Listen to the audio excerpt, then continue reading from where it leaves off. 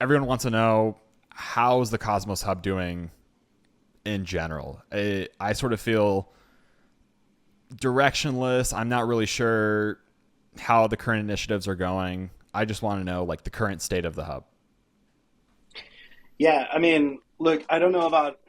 I feel like directionless might be a little bit, um, a little bit intense. Uh, we have a vision. After years of neglect, bad vibes, and poor funding, how is the Cosmos Hub holding up? We're going to have that hard conversation with Brian Truax, the Hub Operation Lead from Informal Systems. We talk around the current position of the Cosmos Hub and how it was led there by its past, but then we talk about its new efforts from Hypha, AA and Informal Systems. We talk about partial set security and Hydro, and how they're trying to make the hub the best place to launch a chain. As the infrastructure and technology all even out and get abstracted away, we talk on how the Cosmos Hub can provide something different, which is distribution. In this episode, we talk if the Cosmos Hub is due for a comeback. We have a vision, and it's nascent. And one of the things to realize is that the hub has just funded its own development starting in January for the first time, right? I know that Informal, so I work at Informal, right? And I know that we've been stewarding the hub for longer than that.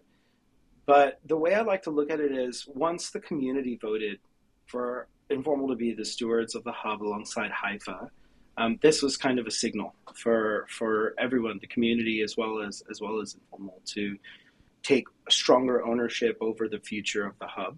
Um, and I've been in the team for about 8 months. And when I joined, I feel like we did have a list of features that have now been turned into a really cohesive roadmap. And that roadmap is based on user needs. And it ladders up to the vision of making the hub the best place to launch a chain. The hub has proved itself in terms of its staying power, right, and its continuing relevance, in the sense that it has a massive community pool, right? But that doesn't necessarily mean that it has reached product market fit from a utility perspective. It's going to be up to a group of aligned teams to bring that utility, and making the hub the best place to launch a chain is a great vision and a great way for us to align around something so that we can add utility for new chains that are launching. Um, I think I'm going to look back at my time at Informal, which hopefully I met for in this role for a long time, stewarding the hub alongside the rest of the team, and we're going to look at our work alongside AA for example, to address some of the biggest pain points that chain founders and innovators have, which is one, finding your validator set. And this is what the ICS feature set speaks to. We're also working on a bit of alpha here. You'll see it in our next roadmap, but we're adding in like a chain launch dashboard. You've seen like a partnership with the Spawn team, right, to create better dev tooling. So this is about simplifying the ease of launch process. Another major pain point is funding, right? So you have AA offering venture grants, which lines up with that. Another major pain point for folks is the growth initiative, right? Cosmos Hub itself hasn't really had much in the way of growth or BD or marketing, and we're not.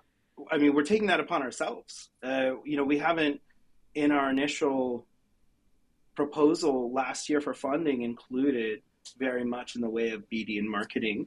But we realized that proper go-to-market strategy requires this staffing, so we're taking it on. AA is helping with that. But more importantly, for the chain founders coming in, we want to create a culture around the hub of co-marketing, supporting one another, and sharing platforms and voice for the promotion of the chains that are hub aligned and are part of the AEZ, which I don't really love that term. But ultimately, everything on our roadmap is laddering up to that, making the hub the best place to launch a chain.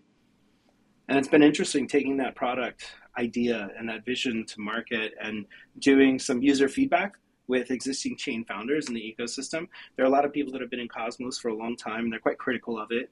And I think a lot of that comes from the fact that they had to have a very painful experience in order to be successful in Cosmos. We don't want to perpetuate that. We want to actually break that up. And so there are a lot of people that are critical of the vision, but they also are coming from this place of like hurt and like shared trauma. And there are other founders that are new in Cosmos that have already launched, but they're looking at this vision and they're like, yeah, actually, that makes a lot of sense. And I think a lot of those founders that have been in Cosmos for a long time, if everything that we're trying to do for the hub had existed, when they launched, they might have chosen to be an app chain on the hub instead of launching independently and bootstrapping their own validator set and handling the growth by themselves and not having any technical onboarding and support from, skilled teams like Informal and Hypha and Crypto Crew. So yeah, it's a turning point, and we need to rally around the hub if we want to grow the ecosystem. We also have the vision to bring the hub to parity with the current version of the Cosmos SDK, as well as the rest of the interchain stack, which is another thing that hopefully can benefit all of Cosmos. By putting our teams much closer to the teams that are maintaining the interchain stack, it'll allow us to get better feedback and kind of speed up the development process, which hopefully will make things easier for everyone who wants to build in Cosmos or using the Cosmos stack. So the overall theme is it was very, very hard previously to launch your own Cosmos chain. We have like the Cosmos Hub has already a validator set.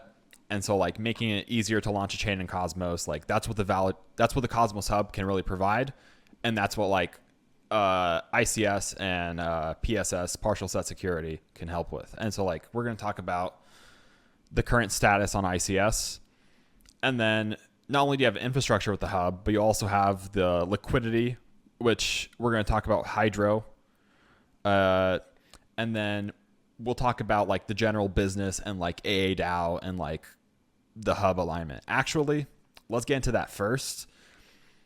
Besides AEZ being like a horrible name, like I didn't like the name either. I thought the whole thing is that you want alignment around the hub, and you want, alignment is like going in the same direction.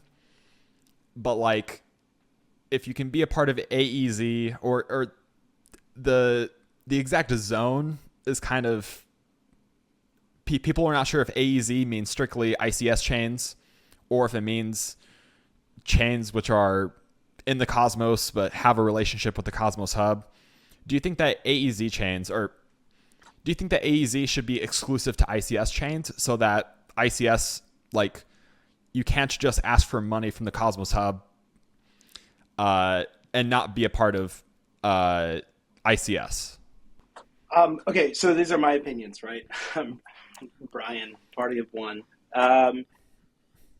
There's a couple of things to unpack there. So the first thing is, I think you mentioned, getting money from the community to do things, right? I mean, at the end of the day, the community has to decide on that and whether or not you're creating value for the ecosystem, and whether or not that aligns to something on the hub versus some tool that could be used across all of Cosmos. Totally up to the community to decide that. I think the second thing, there are definitely some prerequisites, I think, for someone to be, or for a chain or a protocol to be considered part of the AEZ. And one of them has to be providing value to the community. There's one that I can think of that is not using the ICS module, but they do plan to still consider themselves a consumer chain. And whether or not like they are a consumer chain or part of the AEZ, I guess is, again, it's up to like community perception. But their plan is still to provide rewards to hub validators and use the hub validator set. And they're just doing it without the ICS module. So they've found a workaround, which probably carries a bit more risk for the hub validators that are going to be using this chain. But it also is going to carry a diverse set of rewards that is is attractive to the validators that are signing up for it. Otherwise, they wouldn't sign up. At the end of the day, like there needs to be like a good validator marketplace built, for the hub. If ICS is going to succeed, right, we need to be able to connect the validators who have the security as a provider to the founders that want to secure that security, and they want to be able to have a really reliable validator set. The other thing that comes as a benefit with the Cosmos Hub validator set, other than being the most battle tested validator set in proof of stake, is also a lot of the validators are decent investors as well. You look at like Chorus One and a few of the other folks, they invest quite a bit into startup chains as well. So it's kind of like a win-win there for this to happen. And I agree. Yeah, I don't know who created AEZ. I think actually I asked ChatGPT one time who created AEZ, because I think there was some chat on Twitter over like who created this. And I think Sunny ChatGPT thinks Sunny created it. So I don't know if it's really about.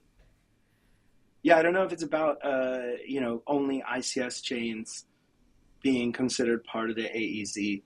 Of course, if we can succeed in our vision to make like the hub the best place to launch a chain, what we can do is we can create a growth flywheel. So the idea is that we bring in consumer chains that generates fees back to the community pool. We use those fees effectively to build more public goods, more growth focused efforts, marketing, BD, et cetera. And then we use that to attract more consumer chains. A big problem in Cosmos and in other ecosystems is that we don't have a centralized foundation that's doing a really great job of funding public goods, and we're constantly competing for the same small set of Cosmos native users. We need to break out of that, and I think that this idea for the flywheel is a great idea. And if the AEZ supports that, creating a group of chains that are willing to share investment, share their marketing channels, and promote one another, go to events together in order to run hackathons and recruit devs into the ecosystem, I think this is a great thing, and I'm sure that nobody would disagree with that. Who's involved? It's really up to the community to decide. Mm-hmm. Well, let's go into Hydro. What is Hydro? Hydro is tackling another major pain point in Cosmos and across all of crypto, and it's liquidity, right? There's quite a few chains in Cosmos that have very low liquidity. If I were to go and sell $4,000 or $5,000 worth of this token on Osmosis, I'd crash the token price. What Hydro is intended to do is use that community pool I was just talking about that's sitting there inactive, that we are collectively as a community very prudent about allowing anybody to pull from that community pool and put it to work to actually provide liquidity. So I think the idea came from Curve Wars, where a user can lock up their atom in order to get a voting token, and the longer they lock up, the more voting power they get. And then new projects can come to the community that holds these voting tokens and can buy via rewards for the votes in order to get liquidity added to their protocol. So there will be a funded pool. We're looking to diversify the different vaults involved. There are several protocols that are interested that already exist that are quite sizable in Cosmos that are interested in being there. And then, of course, there will be a tranche of these funds that are specifically allocated for ICS chains. Obviously, it's going to be for all of Cosmos to participate, but this tranche is set aside because this is being built by the Cosmos Hub team, and so we need to make sure that it brings good benefit to the Cosmos Hub and to anyone that wants to launch on the Cosmos Hub. And do you also think this will limit the governance of these like one-off props where they ask for community pool funds for either funding an LST for like a liquidity pool, sort of? I know Stride, Quicksilver, and what was the other LST?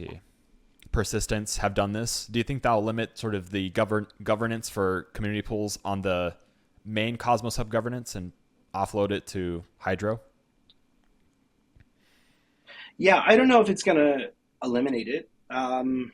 Again, anyone can go up to the forum and post a signaling prop and have a conversations and put something on chain for 250 Atom.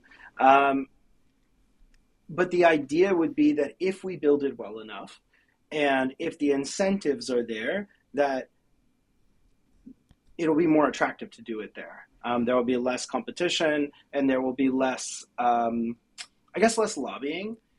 The thing is that Hydro, the concept behind Hydro, ideally will shift a lot of the decision making away from validators to actual Atom holders on liquidity as well. So this is the other thing, right? It's like, I mean, of course, a validator could come in and they could lock up all their Atom and then have a good strong voting power, and probably many validators will do that. But on an individual level, you can also go and you can participate in Hydro, and hopefully we'll make a platform that's easy enough to use, has great UX, and it'll attract people to do that, more so than people participate in just governance on the hub.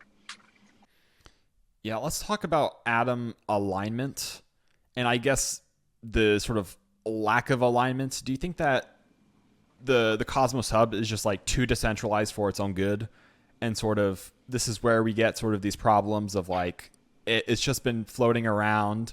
Do you think that we need to like re-centralize or realign? It just like go through a whole rebranding, or what do you think about Atom alignment? I think it kind of depends on who you ask, right? Our CEO Ethan Buckman posted a thread on Twitter that I recommend everybody read, which is about Atom as interchain capital. I think that going back to what I was saying earlier about the hub still seeking utility, but Atom and the hub itself, having proved out its staying power several years after it's launched, we need to find ways to get people to launch apps that people want to use that leverage Atom, and there's utility in holding Atom. And so you'll look at our roadmap and you'll see a lot of things aligned to this. And I think, I don't want to speak on behalf of AADAO, but I think AADAO as well is looking to bring utility to Atom through a lot of the things that they're funding too. As far as like, are we too decentralized for our own good? Again, it depends on who you talk to. A lot of people will say this is a bug, or this is a feature, not a bug for Cosmos. It definitely makes it a lot harder for the ecosystem to grow compared to some of these other ecosystems that have very centralized foundations who have funded the growth. And there's a few anti-growth patterns that we have in Cosmos that we need to break out of. One of them is that whenever BD and marketing gets brought up in the past, it has been really challenging to get that. We have to get that approved and to get those people hired. We have a very developer focused ecosystem. Builder is the builder is the champion. If you look at like our Cosmos oracles, these were people that were early builders in Cosmos, and they've earned their respect. And I think that they play a very important leadership role in Cosmos. But I also think that we need to recognize that there is so little business acumen within most Cosmos teams that we don't even have the skills to hire good business people most of the time. And I think this is an anti-growth pattern that we have. So that's one. The other one is custodial partnerships. There's nobody really looking after that. Getting tokens listed on major exchanges is another thing. So these are things that like centralized foundations really take care of that we don't have in Cosmos.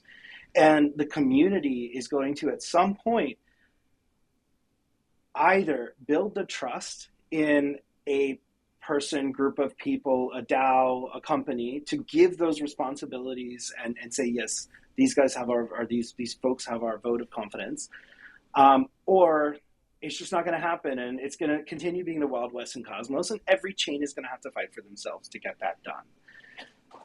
I think that these anti-growth patterns can make it really challenging for the ecosystem to grow.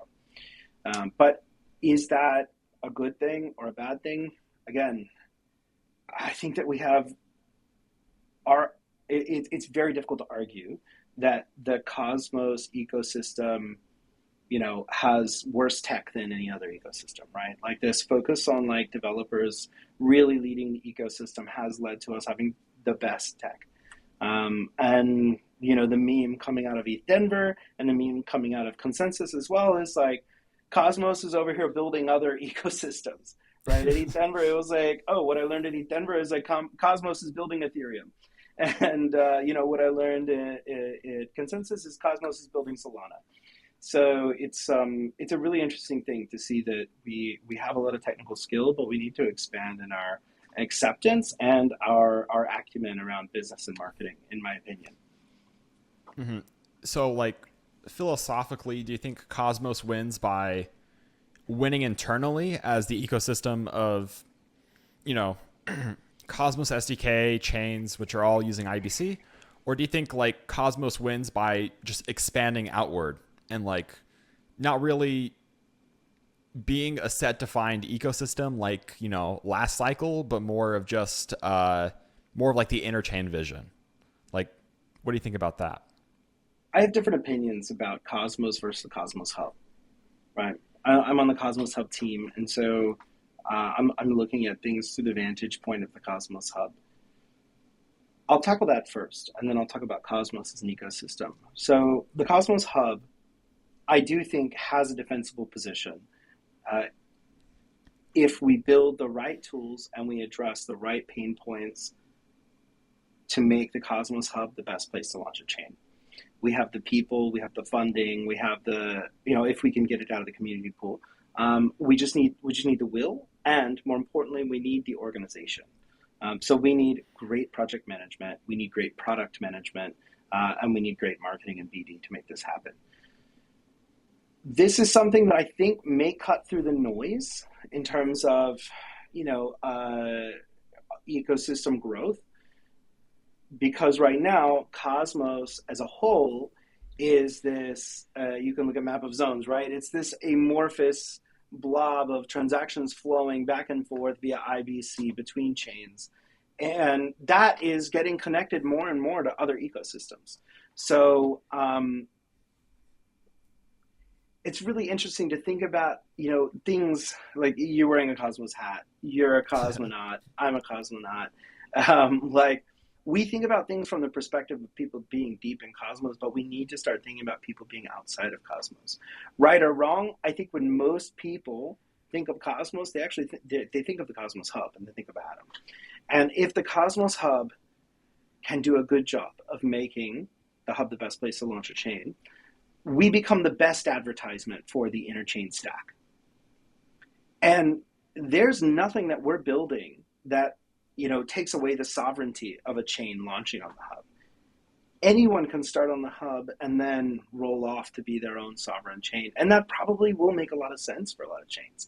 They'll get to a point where they grow to a certain size and they can start to, demand more from their validators that maybe the validators of the Hub don't want to, and then they'll split off, or they'll grow and they'll add new modules and they'll become their own thing.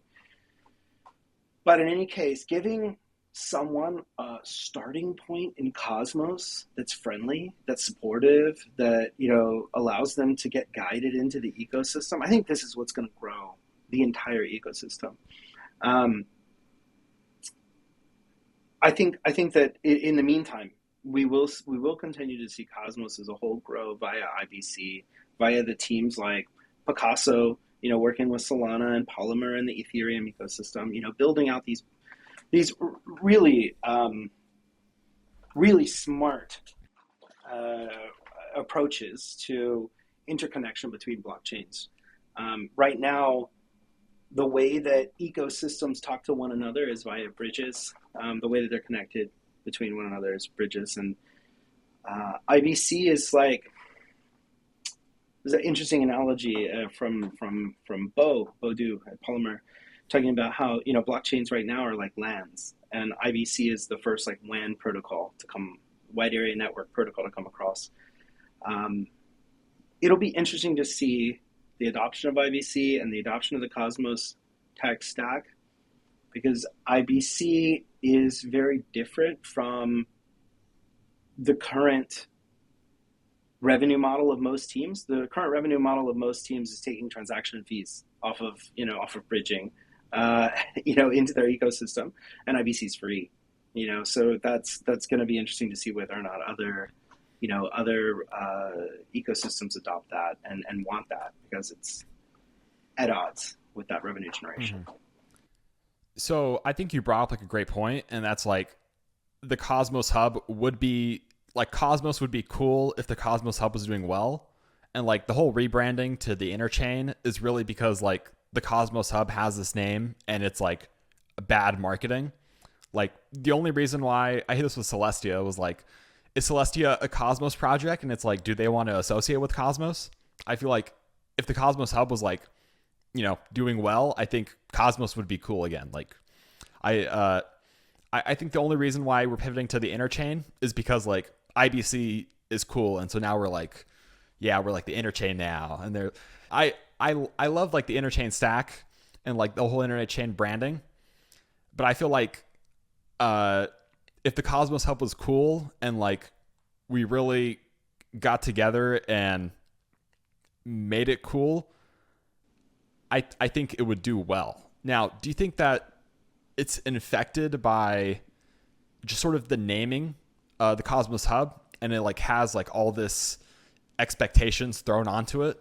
And do you think that a rebranding to like Gaia would then, or just like renaming the Cosmos Hub something else, maybe Atom Hub, would like lower those expectations and like let it, I guess, shine better?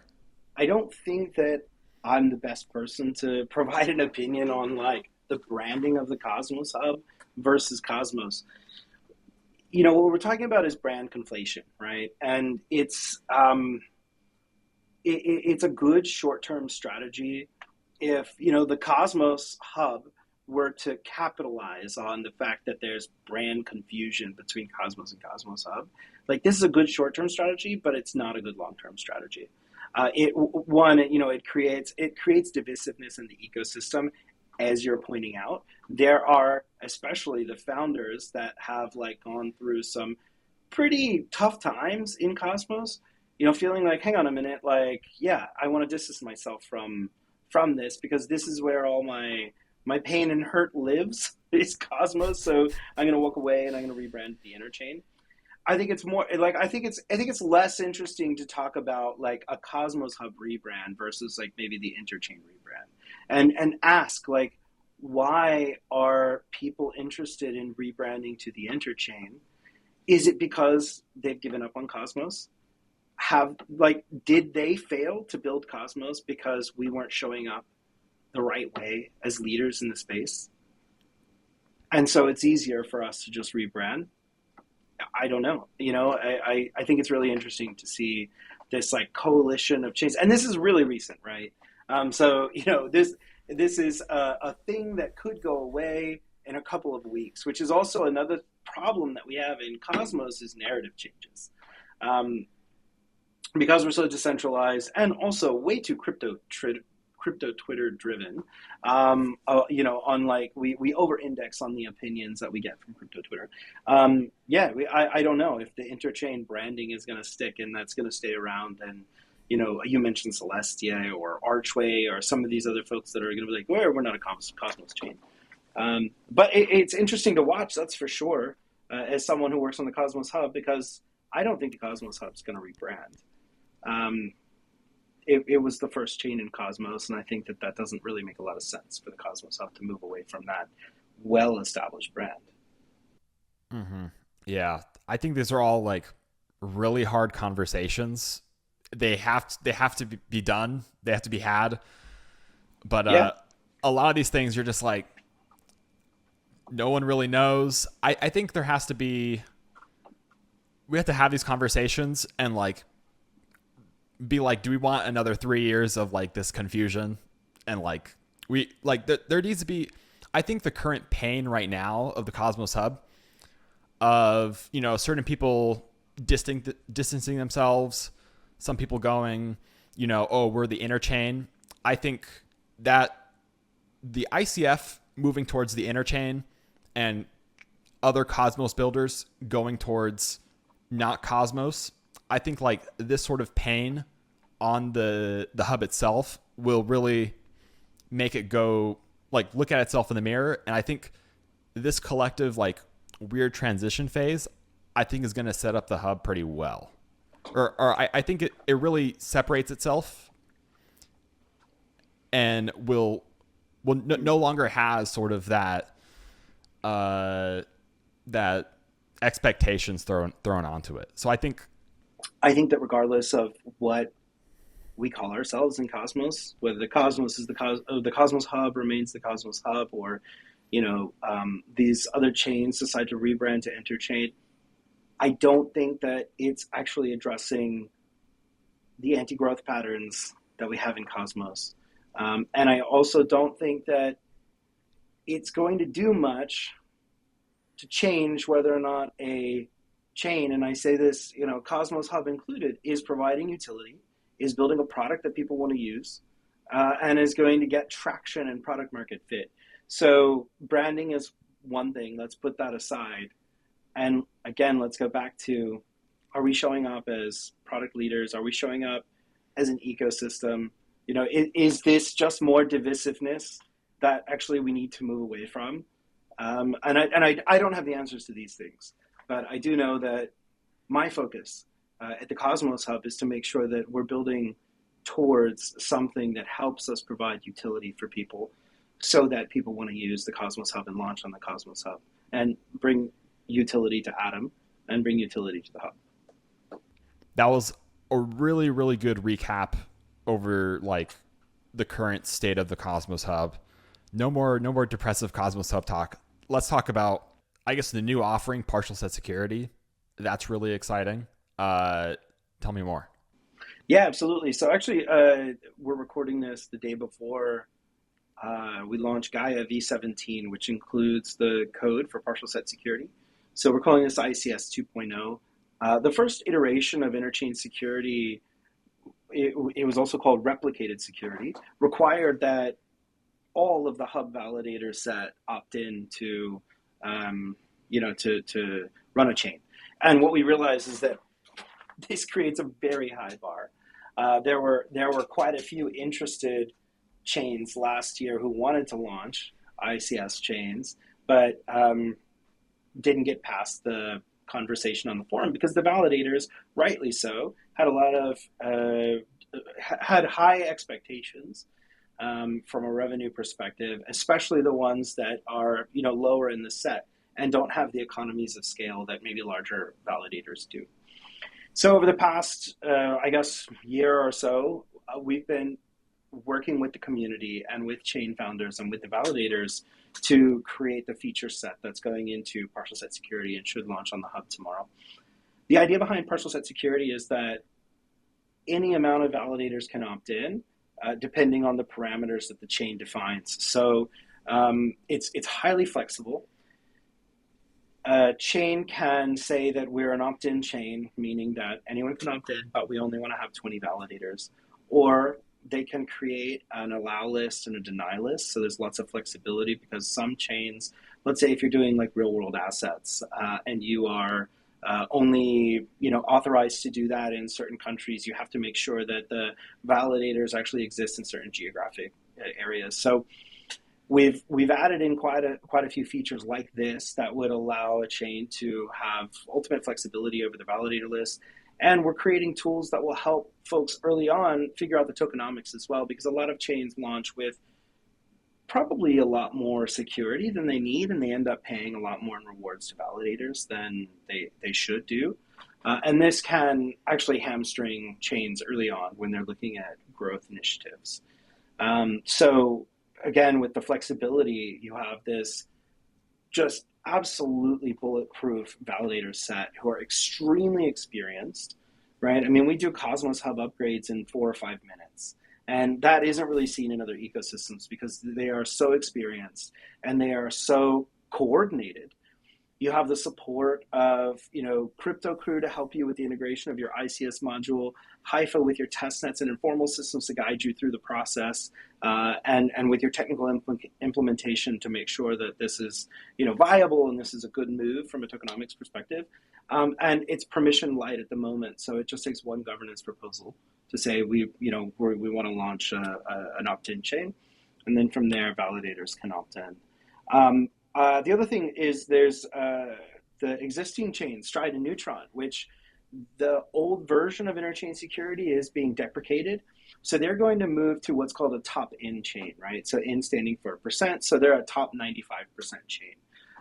So they'll still be interchain security. We're just getting rid of replicated security. And the closest thing to replicated security is a top in chain at 95%. But another chain to come in and say, I want to be a top in chain at 40%. And say, I just want the top 40% of validators to always be validating my chain. The other thing with partial set security is the flexibility to be able to leave as well, right? So at any time you can spin off and take your own validator set with you, or existing chains can come on and they can do like what Stride did, and they can make their existing validators into governators, and then they can just move over. And most chains in Cosmos actually have a major overlap between the hub active validator set and their current validator set. I've looked at quite a few where maybe they have like 60 or 70 validators, which one, I'm like, do you need that many? Maybe you only need like 25 to 40 validators. And then the overlap is really like, it's 100% at that point when you're starting to look at like how many validators a lot of chains actually need based on how much activity they do. Another question I have is the high bar previously for ICS 1.0 was sort of having all the validators being replicated 100%, but then also the governance to like for the Cosmos Hub community to agree to fully replicate the set and secure their chain. Do you think that the governance for partial set security is also going to get in the way, and if it should be governanceless or maybe permissionless? Yeah, I think that's a great question, and that is the plan. So this first iteration of ICS that's going live, there's been a lot of marketing around the consumer chains that are going to be launching using this iteration of ICS. That's Ellis Network, Lorenzo, Aether, and there's one more that escapes me at the moment. This should only take one proposal. The votes should not be a major issue because it's opt-in anyway. So folks that vote against it just won't opt in. But in the future, we would like this to be permissionless. That's one of the reasons why we're building a chain launch dashboard to help streamline that process and create a bit more of a validator marketplace. And I do think that's the way that we should go. Absolutely. It should be a lot more streamlined than this. The other thing to keep in mind is that I think governance, like hub governance, is in need of a bit of a shakeup, I guess. There is a signaling proposal right now for expedited software proposals. So that's one that my team just put up. And we're looking to speed up the software development cycle by shortening the length of time that a software upgrade needs to be on chain. 2 weeks is a really long time, especially if it's been on 2 weeks on the forum, 2 weeks on voting, and then 1 week before the validators upgrade. Is a very slow development process. But permissioned CosmWasm is coming to the hub as well, and I'm interested to see what the community is going to do with that and what that'll mean for governance platforms like DAO or formerly Commonwealth. May be interested in helping consumer chains that launch on the hub have additional governance options than just using the classic SDK governance modules. Mm-hmm. Yeah, that sounds exciting. Is there anything else we wanted to talk about before we wrap it up? Yeah, so I would make an appeal to anyone who's thinking about launching a chain in Cosmos. Consider launching on the hub. We're building tools, support, funding, liquidity protocols for you. And then those that have already launched in Cosmos, consider whether or not you might benefit from looking at your validator set, looking at the economics that you have based on that validator set, whether or not your validators are breaking even. Validator profitability is a major issue in Cosmos. I know I used to work in a company that had a validator arm, and I still do at Informal Staking, right? although we're completely different business units. The other thing is, I would appeal to the leaders in Cosmos, or anyone who sees themselves as someone with influence. Think about how you show up in the space, and think about whether or not you're showing up in a way that's going to grow our ecosystem, grow our space, and do it in a positive way. And remember what it was like when you started, when you didn't know what you were doing or where you were going or who to talk to. Be yeah, be the vibe you want to see in Cosmos. I think that's a great summary. That was a hard conversation, but like they must be had. They must be had.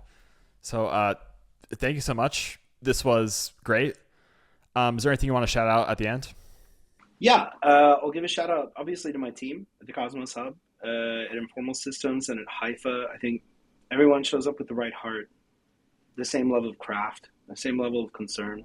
We all want to bring our best selves to work and our best selves to the cosmos. And I think that's a beautiful thing. Okay. Thank you so much. All right, man. Yeah, cool.